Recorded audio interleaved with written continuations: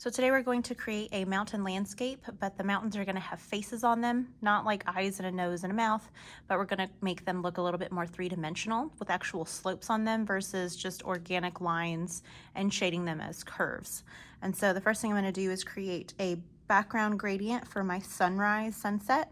And so again, I like to use the airbrushing brush, the soft brush. It's the big soft one right here. And so first I need to make my gradient a little bit larger.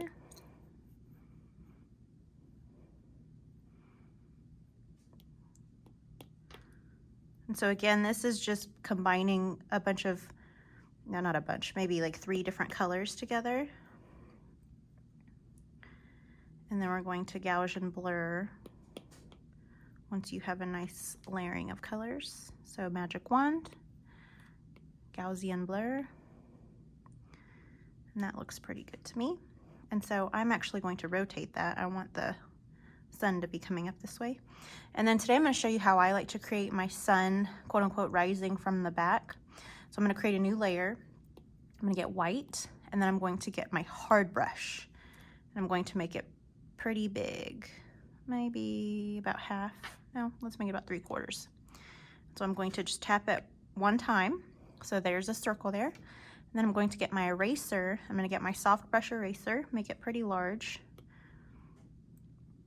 And I'm going to just kind of erase part of the bottom so it looks like it's kind of disappearing into the fog. And then I'm going to just decrease the opacity down.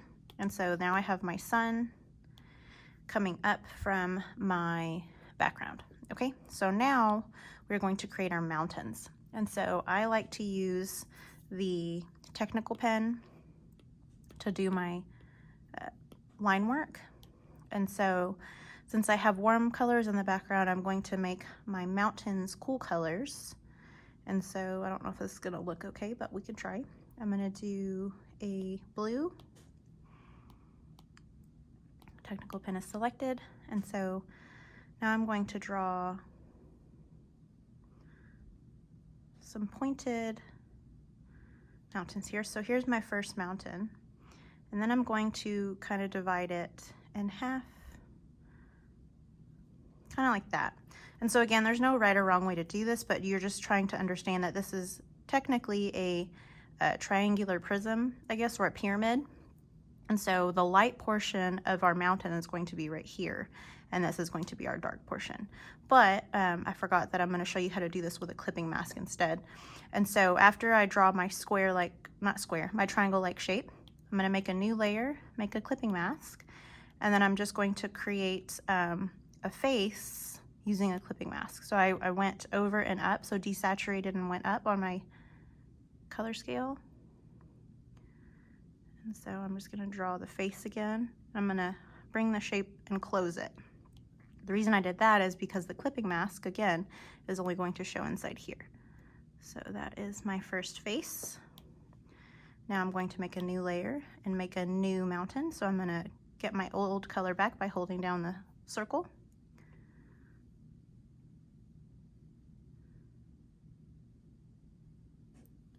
Okay, so then I'm going to drop the color down. New layer, clipping mask. I'm going to go back to that old color that I had. So if the sun is back here, the faces need to be lighter that direction. So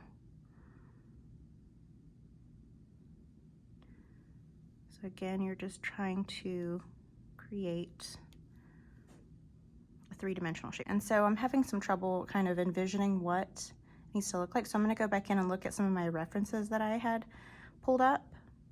And so here's one that I like to look at. This is not my work, I pulled it off the internet, but I kind of wanted to see how they created their faces here. Oh, I like that. So that's kind of similar to what I have here. I'm going to close this one off there. And the mountain kind of disappears back there. Okay, we'll just leave that as is.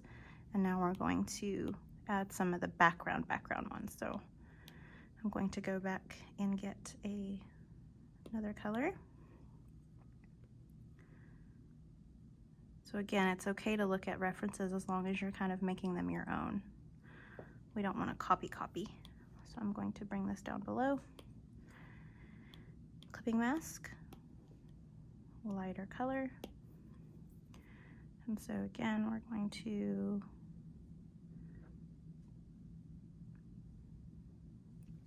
make sure you close off your shape. So we have a mountain back there. Then we're gonna make maybe one more kind of popping out over here.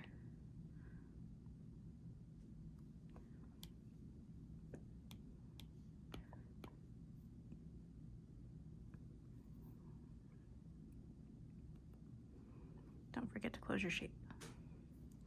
All right, so now we have mountains with faces, and then we have our mountains with faces in the back. If you want to add clouds, you can. You don't have to. But now what we're going to do is add our shading to our mountains like we did last week with our clipping masks and our multiplying. So make your clipping mask, multiply, airbrush. So again, if the sun's way back there, it's going to be darker. There we go. Back there. So on each mountain layer, you're going to shade it behind kind of where it's darker. Let's see, so now I'm on the blue one, multiply, and then we need to go back and pick that color.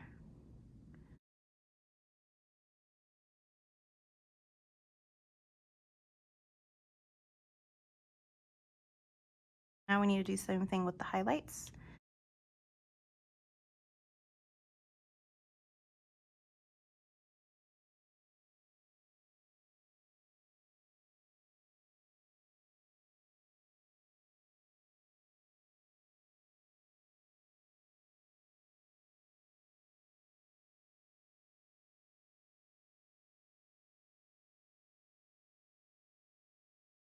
Okay, so now we have our mountains with faces, shadows and highlights, and of course, if you want to add clouds, you can. I'm going to delete my reference image here. Another thing I'm going to show you how to add is stars today with a glow. And so I'm actually going to combine all my layers together now because I'm okay with how they look. So with a white, and then I'm going to get my technical pen. And so what I like to do is I'll go in, oops, you want to try to make some varied circles, kind of where you'd